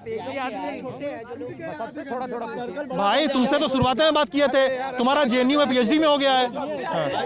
हाँ बताओ गुरु, तुम क्या नाम है तुम्हारा? जी मेरा नाम ऋषभ है। कहाँ के रहने वाले हो? हम जौनपुर के रहने वाले हैं, BHU के स्टूडेंट हैं। बनारस के बारे में बताना, क्योंकि हमको पता है कि मामला आके 80 मेरे से अगल बगल है, 60 किलोमीटर है मेरा घर यहाँ से। भैया बोले कि ट्रॉमा सेंटर बन गया, तो इनको पता होना चाहिए ट्रॉमा सेंटर मनमोहन सिंह की योजना थी। आप रोड बन गया, आप ट्रॉमा सेंटर के बाहर बरसात में आइएगा, कभी द ललन टॉप बरसात में आए ट्रॉमा सेंटर के बाहर, बेशक कोई दिक्कत नहीं है। आप आइए ट्रॉमा सेंटर के बाहर बरसात में, अगर इतना नहीं डूबिएगा तो आप हमको वहीं भिगा के मारिएगा। पहली बात। दूसरी बात, रही बात रोडों की, तो कितना रोड बना है? बस मोदी जी का रोड शो होता है लंका गेट से लेके दशाश्वमेध तक, वो रोड 2000 बस सिर्फ बोलने दोगे आपको टाइम सिर्फ वो रोड है जो हमेशा चकाचौंध रहता है। ये लाइट आप देख रहे हैं, लगभग करोड़ों रुपए खर्च किए गए हैं इस दिसंबर महीने में कम से आप मडवाडी से लंका से कैंट। सुनिए आप पहले, जनता का पैसा अगर सजावट में बर्बाद करने से जनता का पेट भर जाता है, उनको नौकरियां मिल जाती हैं, ठीक है। अगर जनता के पैसे से सजावट करने से उनका पेट भर जाएगा तो बेशक स्वागत है इसका। सुनिए, और रही बात उत्तर प्रदेश सरकार की, निवारण हम वोट दे के करेंगे ना भाई, निवारण हम वोट दे के करेंगे, आप चिंता मत करिए उसका, वोट दे के करेंगे। अभी सुनिए आप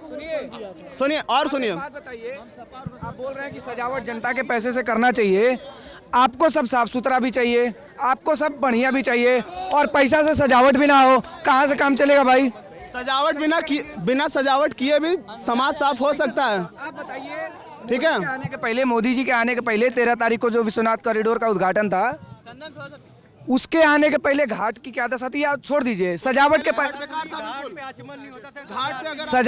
सजावट के पहले भैया वो ऐसे कह रहे कि मोदी जी के आने से पहले गंगा जी पे आरती नहीं होती थी, वो ऐसे कह रहे क्या हाल था, मतलब सुधरी ऐसा कोई नहीं कह रहा है, लेकिन उसके साथ भी तो और मुद्दे हैं। भाई आप कौन से रोड पे गए जो रोड नहीं बना है? जो कहा जाता है ना कि प्रधानमंत्री जी प्रचार मंत्री हैं,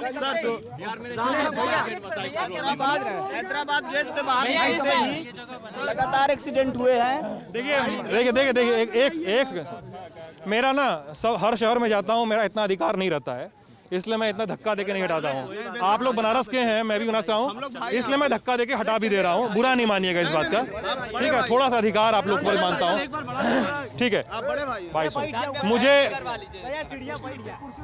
नहीं कुछ भी नहीं, वाह गुरु।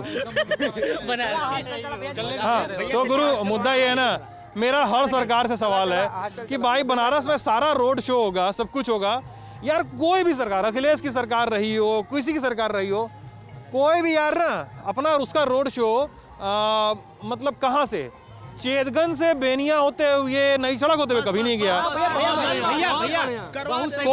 कोई भी सरकार का मतलब वो रास्ता, मतलब दिन में 9 बजता है और रात के 9 बजे तक 12 घंटे वो रास्ता जाम में रहता है। उसके बीच में इतना बड़ा पाइप गया था जो 3 साल 4 साल तक हटवे नहीं किया, अभी भी हटा, अभी पड़ा हुआ है, जिसके बारे में हम सुने थे कि वो 1 साल के अंदर अंडरग्राउंड कर दिया जाएगा, और 3-4 साल से वैसे ही पड़ा हुआ है। और भाई सुन लो गुरु थोड़ा सा, तो पड़ा हुआ है अभी तक।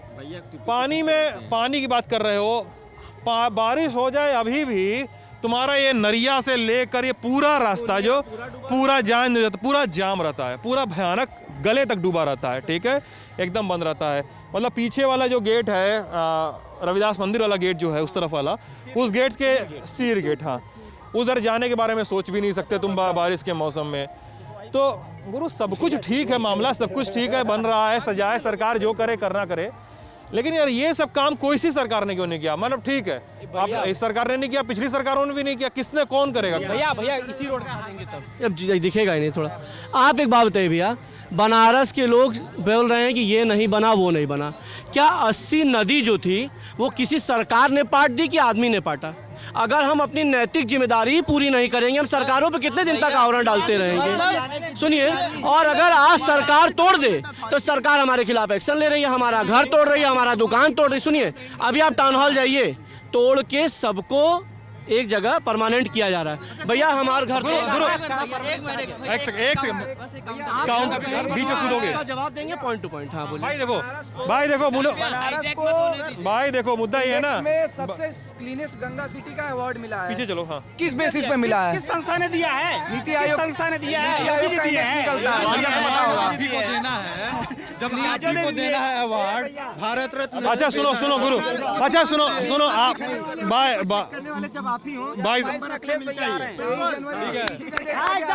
जब पेपर भी आप ही लिख रहे हैं, पेपर भाई मेरा एक सवाल ये भी है, मेरा एक सवाल ये भी है कि यार पानी है, गंगा जी है उधर, गंगा जी के उस पर उधर एक कैनाल बनाया जा रहा था।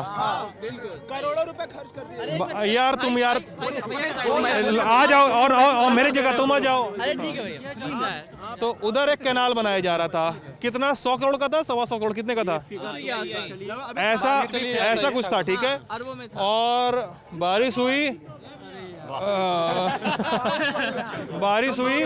वो पूरा प्रोजेक्ट जो है, पूरा प्रोजेक्ट डूब गया और अगले आदेश तक के लिए उसको ठंडे बस्ते में डाल दिया गया। उतना बड़ा प्रोजेक्ट, जनता का पैसा, कहाँ गया जनता का पैसा जो बात तर्क दे रहा था तुम? जनता के पैसे से ये होगा, जनता के बिरला हॉस्टल का है, बिरला हॉस्टल के सभी। अरे ऐसा तो नहीं है जाके ब्रोचा से मार कर लोगे? ब्रोचा में हम रहते यही मारेगा, यही मारेगा यहीं पे। बिरला हॉस्टल। अच्छा, जिनको रेफरेंस ना पता हो, शांति व्यवस्था लगाया। बिरला के बीएचयू में 2 अस्पताल हॉस्टल हैं, अस्पताल बोल दिए। हाँ, एक बिरला हॉस्टल है, एक ब्रोचा हॉस्टल है, उनके दोनों के बीच में 1 रोड का फासला है। और मतलब ये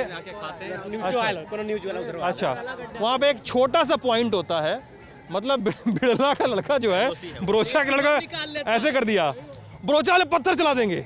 नहीं, ब्रोचा वाले नहीं मारते, ब्रोचा वाले पत्थर चलाते हैं। अरे ब्रोचा का जो वार्डन है ना, ब्रोचा हिम्मत नहीं है भैया, ब्रोचा की हिम्मत नहीं है। आप पूरे बीएचयू में किसी हॉस्टल की हिम्मत नहीं है अभी कि कुछ कर दे बिरला को, कुछ कर दे बिरला को।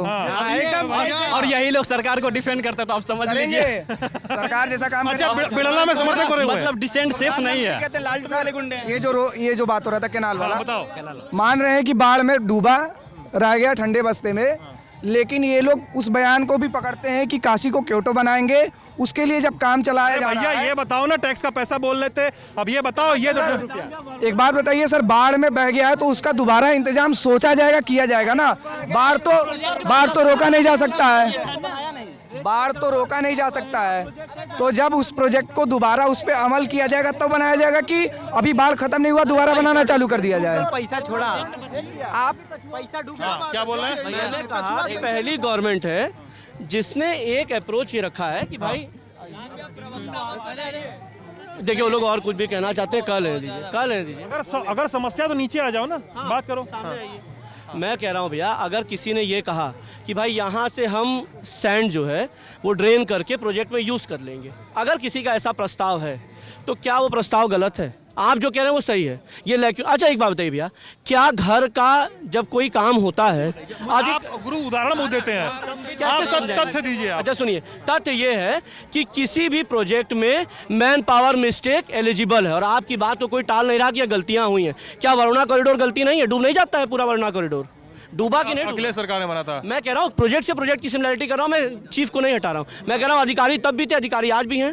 अगर आपने उस मिस्टेक को एक्सेप्ट किया, आप पॉइंट आउट करिए। देखिए चलिए सुनिए, कह रहा हूँ कि प्रॉब्लम मत उठाइए, आप सॉल्यूशन बताइए। अगला मुद्दा रोजगार, अगला मुद्दा। हाँ बोल एकदम भैया, सबसे पहले ये कि बनारस की पहचान जो है ये बनारस की साड़ी है। आज ये कितना लॉस में हुआ है कोई नहीं बता सकता। आप बुनकर हैं, बताइए किसने लॉस में? सबसे पहले ये कि जो बाहर से धागा आता है वो जीएसटी है, पहले 5% था, अब 12% होने वाला है, और हम लोग को पे कर देते हैं, हम लोग को मिलता नहीं क्योंकि हम लोग कच्चा काम करते हैं। दूसरी बात ये कि जो फाइनेंस मिनिस्टर है, आज तक एक काम बता दी जो इसने मतलब इन्होंने सही किया हो, कोई स्टेप ऐसा बताइए जिससे इसे देश की तरक्की हुई है फाइनेंस मिनिस्टर की। बुनकारी का काम कहाँ क्या दिक्कत है बुनकारी काम में इस समय? सबसे बड़ी दिक्कत जीएसटी है। दूसरी बात ये है कि ये जो मैन्युफैक्चरिंग है, कच्चा काम होता है, ये तो हो जाता है, लेकिन इसकी सेल नहीं हो पाती है। सेल इसलिए नहीं हो पाती है क्योंकि बाहर से मतलब बाहर से हर बार या लॉकडाउन कभी लग जाता है या एक्सपोर्ट बंद हो जाएगा, किसी भी तरह से मतलब बाहर माल नहीं जाता है। अब माल जाएगा नहीं तो कितना आदमी कितना प्रोडक्ट करेगा, और प्रोडक्ट करके अपने घर में रखेगा, प्रोडक्शन करके अपने घर में रखेगा। जब वो सेल नहीं होगा तो उसका फायदा क्या? दूसरी बात ये कि आज बताइए महंगाई कितनी हुई। ये भैया कह रहे कि महंगाई हुई तो इनकम बढ़ी। एक बात बताइए, इनकम बढ़ी। जो कल की डेट में एक मजदूर 200 रुपया कमाता था, आज 300 रुपया कमाता है, 300 रुपया कमा। अब उसमें ये बताइए कि तेल 200 हो गया, पेट्रोल 100 पार हो गया। अब पेट्रोल और डीजल का रेट बढ़ेगा तो जो गरीब आदमी रोजमर्रा की चीज़ खरीदता है उस पर असर पड़ेगा, और मजे से पड़ेगा, और मजे से पड़ेगा। रोजगार पे क्या बोलना है? रोजगार पे क्या बोलना है आपको?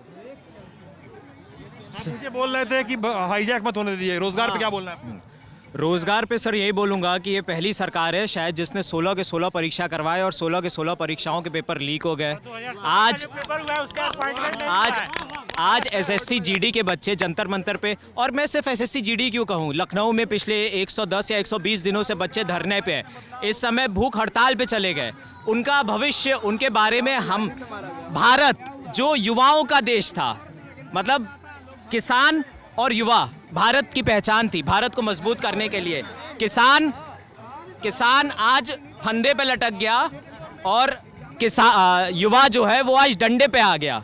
तो ये हो गई है हमारे आज देश की स्थिति कि हमारी किसान और हमारे युवा दोनों को कमज़ोर किया जा रहा है और इस सरकार में कोई भी रोजगार नहीं है। सेंट्रल की हम बताते हैं भैया 2014 से इतना घटा दिया है। यूपीएससी का वैकेंसी सर बहुत कम कर दी। यूपीएससी का वैकेंसी बहुत। अरे भाई कितना अच्छा काम किए थे तुम, पहन लो उसको। बोलो। मतलब यूपीएससी का वैकेंसी सर मैं देखा था 2014 से लगातार घटे ही जा रहा है। मतलब 1200 की लाइन में जो था वो पिछले साल 720 था, इस साल तो पता चला कि 712 ही वैकेंसी है बस यूपीएससी में। तो उनसे थोड़ी जॉब कराएंगे, इनको पीएमओ में यूपीएससी वालों की जरूरत नहीं है, सब साधु और इन सब से करा देंगे काम। साधुओं से काम कराएंगे पीएमओ में, यही कराएंगे और क्या। अब यूपीएससी की वैकेंसी घटा रहे तो और कहाँ है ऑप्शन। यूपीएससी की वैकेंसी बड़ा व्यंग मारते हो तुम। 2014 से पहले 1400 कुछ वैकेंसी आया था, 14 पॉइंट प्लस, ठीक है। इस समय पे 712 हो गया है। आने वाले टाइम में जिस हिसाब से चल रहा है निजीकरण, उसके हिसाब से खत्म ही हो जाएगा कुछ दिन में बाबू। और जितने दामाद लोग को खोजा जाता है कि बेटा दामाद हमारा आईएएस बना, वही सब कुछ वही है। एनटीपीसी का 2019 में फॉर्म आया था सर, ठीक है, उसके बाद तक अभी तक पेंडिंग है। अब जाके अब आंदोलन ट्विटर पे चलाना पड़ता है सर। 16 वैकेंसी, 16 पेपर लीक, 16 देखिए, एग्जाम। उस पर तो सिर्फ एक बात कहेंगे, मेरे हिसाब से पेपर होने के बाद युवा पेपर दे दें, घर जाके आशारत हो जाएं कि हमने तो एग्ज़ाम दे दिया, अब रिजल्ट आएगा। जैसे पूर्व सरकारों में होता था, सिपाही भर्ती हुई, बाद में जाके चैलेंज कर दिए, सर लीक था, स्टे लग गया, नहीं हुआ, लेक्यूना है, एक्सेप्ट करते हैं। मैं कोई बहुत बड़ा अधिकारी नहीं कि उसको एक्सेप्ट कर लूँ, ये फॉल्ट है मैनेजमेंट का। पर पॉइंट पर करेक्ट करने ज़्यादा बेटर है, बजाय आगे बढ़ा के तब कहना कि अरे भैया हो गया, आप घर चले गए आप। मेरा इस पर पर्सपेक्टिव ये है। पेपर लीक हो जा रहा है, ये तो प्रशासन के फेल्योर है। अब ऑनलाइन हो रहे, ऑफलाइन होते। चुनाव नरेंद्र मोदी लड़ेंगे कि योगी आदित्यनाथ मुख्यमंत्री पद की शपथ लेंगे? 2014 से कहाँ जुड़ा रहे हैं, 17 से जुड़ाइए। प्रधानमंत्री प्रचार करने की बात है। प्रधानमंत्री होने से पहले वो बीजेपी के एक नेता है जो प्रधानमंत्री है, उनसे पहले बीजेपी के नेता है, वो प्रचार करेंगे। अगर अखिलेश यादव के पास कोई उनसे बड़ा नेता है तो प्रचार कर ले। भाई हमको ये बताओ कि लोग बता रहे हैं कि लॉ एंड ऑर्डर इतना खराब है कि पेपर लीक हो जा रहा है। अरे भैया सर, पेपर लीक हो रहा है लेकिन उस पर कार्रवाई भी हो रही है, ऐसा नहीं है।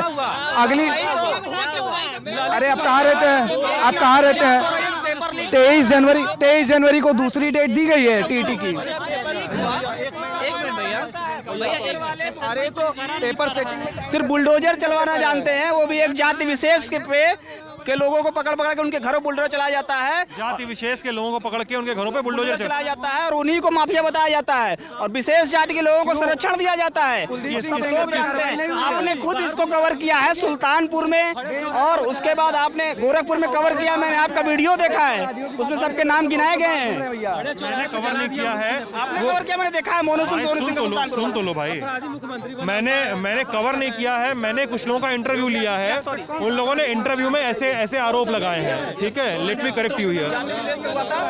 सर रोजगार की बात यह है कि कोई भी एक रोजगार फाइनल नहीं हुआ और लगातार अब आप कौन सा बुलडोजर चला रही है? इसका मतलब ये नहीं है कि 22 में अब अखिलेश यादव जी आ रहे हैं, सबको रोजगार मिलेगा, बिजली फ्री मिलेगी। अखिलेश यादव जी 22 में मुख्यमंत्री बनने जा रहे हैं। अरे भाई देखिए, सबसे पिछले 5 सालों में जब मायावती की सरकार थी 60 से 12 के बीच में, तो 1 लाख से भी कम बहाली हुई थी। अखिलेश जी में भी 1 लाख से कम होगी। पहली सरकार है योगी जी की, जिसमें 4 लाख से ज़्यादा बहाली हुई है। 69,000 टीचरों की हुई है, 1 लाख से ज़्यादा पुलिस की हुई है। अरे भैया देख लीजिए नोटिफिकेशन आप।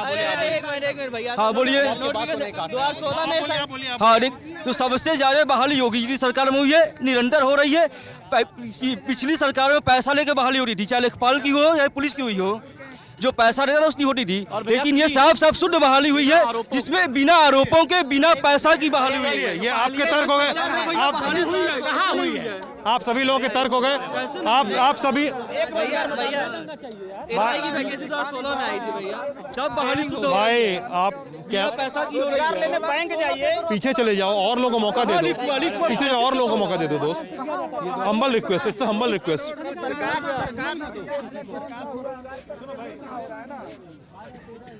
मैं अब अपना आखिरी मुद्दा उठाता हूँ, कोविड और स्वास्थ्य सेवाएं। कोविड और स्वास्थ्य सेवाएं, मुझे कोविड पे बातचीत करने से ज़्यादा ज़रूरी लग रहा है कि स्वास्थ्य सेवाओं पे बातचीत करें, क्योंकि जिसमें सब कुछ उसमें आ जाएगा। और कोविड में समय क्या हुआ था बनारस में, मुझसे भी नहीं छुपा है, आप लोगों से भी नहीं छुपा है। और पूरे देश में, पूरे विश्व में, अरे पूरे विश्व में हुआ है, भारत ही नहीं हुआ है, यूपी ही नहीं है। हो गया, मैं बोल लूँ अब। तो पीछे एक अलग चल रहा है, कोई बात, हाँ इधर चाहिए। आप इस साइड। तो जो हुआ है हम लोग सब लोग रिकॉर्डेड है। उसके बाद प्रदेश सरकार का कहना है कि ऑक्सीजन से मौतें नहीं हुई। चोट नहीं लगा ना आपको? हाँ, तो चोट नहीं लगी है, सॉरी, ऑक्सीजन से मौतें नहीं हुई हैं। और उसके अलावा कोई बता रहा था कि अभी सुंदर अभी सब प्लीज चले जाइए, प्लीज चले जाइए, आई एम सॉरी, प्लीज चले जाइए अगर ऐसे करना है तो। और फिर बातें हो रही हैं कि भाई ट्रॉमा, कोई बता रहा था मुझे सरसुंदरलाल अस्पताल में 20 रुपए की पर्ची, कौन बता रहा था? मैं बता रहा था। हाँ, अब बताओ, सरसुंदरलाल अस्पताल की बात कर रहे हो, वही बात करना गुरु। ऐसा नहीं कि तुम एकदम शुरुआत में कड़वा तेल निकालिए जेब से, ठीक है? एकदम यहीं से बतियाओ। हाँ, अमीबा मत बनना। अरे गुरु, हाँ, आयुष भाई कहाँ है? देखिए, BHU अस्पताल की जो स्थिति है, क्योंकि हम लोग एक छात्र है तो लगातार वहाँ जाना आना रहता है, तो इस तुम्हारा हेल्थ कार्ड बना होगा? हमारा हेल्थ कार्ड बना हुआ है, लेकिन जो लोग आते हैं ना उनका नहीं बना हुआ है। और आप जानेंगे ना, आप तो BHU के स्टूडेंट रहे हैं, जो सुंदरलाल अस्पताल में इलाज कराने आता है गाजीपुर, बलिया, झारखंड और तमाम सारे लोग, भाई साहब वो ना मतलब हमको लगता है भाड़ा भी ना रिश्तेदार या फिर पड़ोसी से मांग के लाता है, भाड़ा भी मांग के लाता है। और यहाँ जब आते हैं तो आप कहते हैं कि 20 से 30 रुपये पर्चा हो गया, ऑनलाइन तमाम सारे नंबर लग रहे हैं, ऑफलाइन मरीजों को देखा नहीं जा रहा था। इवन झारखंड से परसों एक मरीज आई थी गढ़वा से, वो कह रही थी हमने BHU का नाम बहुत सुना था इसलिए आए। रात भर उसकी इलाज के लिए ऐसे हुआ कि उसके डॉक्टर नहीं थे वहाँ के स्टाफ, और उसकी खून नहीं चली और सुबह में मर गया। तो स्थिति बद से बदतर वहाँ की होती जा रही लगातार, कोई देखने वाला नहीं है, कोई सुनने वाला नहीं है। आप देखेंगे जो अस्पताल का जो बजट आ रहा है उसे MS का घर में जो है मरम्मत हो रहा है, अस्पताल में भैया मरम्मत नहीं हो रहा है, MS के घर में मरम्मत हो रही थी। ट्रामा सेंटर में जितने भी आप देखेंगे ना एक्सरे का जो भी टेंडर होता है वो भाजपा विधायक के यहाँ चले जा रहे हैं। अच्छा, इससे देखो, ये भाई देखो बोल रहा था कि मैं जा रहा हूँ, घर जा रहा हूँ। आ जाओ, कुछ बोलना है ना तुम्हें? नहीं बोलना है? अच्छा ठीक है, तब मुझे लगा कुछ बोलना है इसलिए बोल रहे हो कि घर जा रहा हूँ, बतिया लीजिए। कार्डियोलॉजी डिपार्टमेंट में अभी जांच बैठी हुई है। इसके पुराने जो विभागाध्यक्ष थे, वहाँ के HOD थे, वो इतना घोटाला किए थे उस मशीनों के साथ कि इसमें जो वर्तमान विभागाध्यक्ष डॉक्टर ओम शंकर जी, वो लगातार उसके लड़ रहे हैं और बेचारे आंदोलन भी किए थे एम्स के मांग। एक बार तो वो किया था ना, भूख हड़ताल की थी, मांग करते हैं वो। वर्तमान में भी वो कार्डियोलॉजी डिपार्टमेंट में इतना बड़ा घोटाला हुआ है कि लगातार उसकी जांच चल रही है। BHU कमेटी बैठाई है, 150 वाली जांच है भैया, सब हो गया। अरे भाई साहब, हाँ, BHU में एक नई अस्पताल बनी थी BHU में, कोविड के दौरान लोग थक जाते थे, पेशेंट को बेड नहीं मिलता था, ऑक्सीजन नहीं मिलते थे, डॉक्टर देखने नहीं आते थे। बताइए कोविड अब हम आपको मेरे एक मित्र का अच्छा, क्या मतलब? इधर आइए, क्या बोल रहे हो? मैं कह रहा हूँ एक ही आपसे इन्हीं से पूछे जा रहा है। तो तुम्हें क्या लग रहा है कि मतलब यहाँ पे कोई आरोप लगा रहा है? भाई एक सुनो गुरु, ये बात अलग है कि सबको बोलने का मौका दिया, सबको कैमरे पे चेहरा दिख जाए और सब वो देखो गुरु, दो लाइन अपनी पॉइंट रखी। चलो बोलो। मैं बस इतना कहना चाहता हूँ, यहाँ सारे लोग जो अपनी प्रॉब्लम्स बता रहे हैं उससे एक ही बात निकल के आ रही है कि मोदी जी ऐसा कोई सगा नहीं जिसे मोदी जी ने ठगा नहीं। और एक बात मैं कहूँगा सर, रोजगार की बात जो मोदी जी ने कही थी 2 करोड़ रोजगार देंगे, विकास होगा, वो सबको पता है। मैं सुन रहा था। एक लाइन मुझे बोलने दीजिए सर। मोदी जी जो बात बोले हैं 14 के पहले, इलेक्शन के पहले, आज सबको पता है। हाँ, एक लाइन में बस बोलूँगा, आज के डेट में बीजेपी बस एक ही काम कर रही है। जो गांव में जो चोर जाते थे ना पहले रात को चोरी करने, तो बैल को जब चोरी करते थे तो उसका घंटा जो है लेके एक चोर इधर भागता था और दूसरा जो गाय और बैल लेके जो जाते थे वो दूसरे तरफ। तो आज के डेट में वो घंटा जो है वो धर्म है, जो बजा के बीजेपी इधर लेके जा रही है लोगों को, और बैल जो देश को बेचे जा रहे हैं सब। और बेरोजगारी चरम पर है, डेवलपमेंट जीरो है, क्राइम चरम पर है, हर चीज चरम पे इनके सरकार में। और सिर्फ धर्म के नाम यहीं आते हैं लोग। सुनिए, बनारस, सुनिए, बीएचयू खराब है, सुनिए, बीएचयू खराब है, बीएचयू में भैया सुनिए,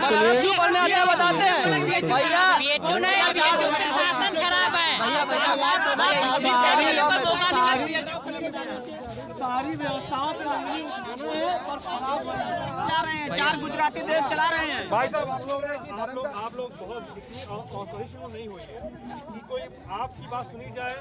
आप लोग चाह रहे हैं कि आप लोग बहस को हाईजैक कर लें, कैमरे पर आप लोग रहें, माइक पे रहें। जहां पे कोई विपक्षी की बारी आए तो आप लोग उसको बोलने न दें, उसके ऊपर चढ़ बैठे। मत करिए ऐसे यार। ये मैं पांचवी या छठवीं बार आप लोगों को टोक रहा हूँ। ये बात मैं 5वीं 6वीं बार आप लोगों को टोक रहा हूँ। अच्छा, कह रहे हैं कि घंटा इधर लेके जाते हैं और बैल इधर लेके जाते हैं। वो भाई रुक जा। क्या बोल रहे हो दोस्त, इधर आओ। ये कह रहा था ये जो डिबेट चल रहा है, ये बनारस के ऊपर डिबेट है या सिर्फ बीएचयू वालों के लिए? बनारस वाले इलाज कराने का लंदन जाएंगे? लंदन नहीं जाएंगे भाई, बीएचयू ही आएंगे ना। तो भाई कोई कहीं इलाज, भाई स्टूडेंट हैं भाई, तो क्या वो बात नहीं कर सकते? क्या स्टूडेंट है तो रोजगार नहीं है भैया, क्या रोजगार स्वास्थ्य सबका मुद्दा है ना। अब एक बात बता रहे हैं थोड़ा प्राइवेट अस्पतालों पे। भाई रुक जाओ, बोलना क्या है? नाम क्या है तुम्हारा दोस्त? मेरा नाम अथर्व है। अथर्व। क्या बताना चाह रहे हो, बताओ। मैं ये जानना चाहता था, जैसे अभी बात हो रही है हेल्थ सिस्टम पे। अगर हेल्थ सिस्टम में बनारस से बात होगी तो हमको नहीं लगता कि तुम बीएचयू को ऑमिट कर सकते हो। अगर बनारस में एजुकेशन में बात होगी तो हमको नहीं लगता तुम बीएचयू को ऑमिट कर सकते हो। ठीक है, इसलिए बात हो रही है हेल्थ सिस्टम की और इस पे बीएचयू की बात हुई। अब बात हो रही है कोविड पे कि कोविड में कैसा परफॉर्मेंस रहा सरकार का, तमाम चीजें। ठीक है, क्या कहना है तुमको, जल्दी बताओ। अगर बात कोविड की है तो मेरी मम्मी खुद जो है कोविड निगेटिव थी, उसके बाद फिर वो पॉजिटिव हो गई। 24 दिन मैं उनको हॉस्पिटल में ले गया था, वो भी प्राइवेट, क्योंकि सरकारी हॉस्पिटल में वो तो देख भी नहीं रहे थे, जल्दी कोई ले नहीं रहा था। कैसे कैसे करके हम लोगों ने किया। तो अगर प्राइवेट में ही जाना था तो कोई मतलब नहीं है ना। और जो हमारे डॉक्टर हैं हार्ट के, ओम शंकर जी, उनका ये कहना है कि हर 6 करोड़ आबादी पे एम्स बनाया जाए। इस चीज़ पे क्यों नहीं बात हो रही है? ठीक है, तो ये लोगों के आरोप है, तमाम चीजें हैं, बातें हैं। भाई पता नहीं किससे नंबर है, पर्सनल मत दिखाओ कैमरे पे यार। तो ये बातचीत बनारस से हम लोग कर रहे थे, और भी चीज़ों बातचीत करेंगे। आप ललन टॉप यूपी देख रहे थे, शुक्रिया।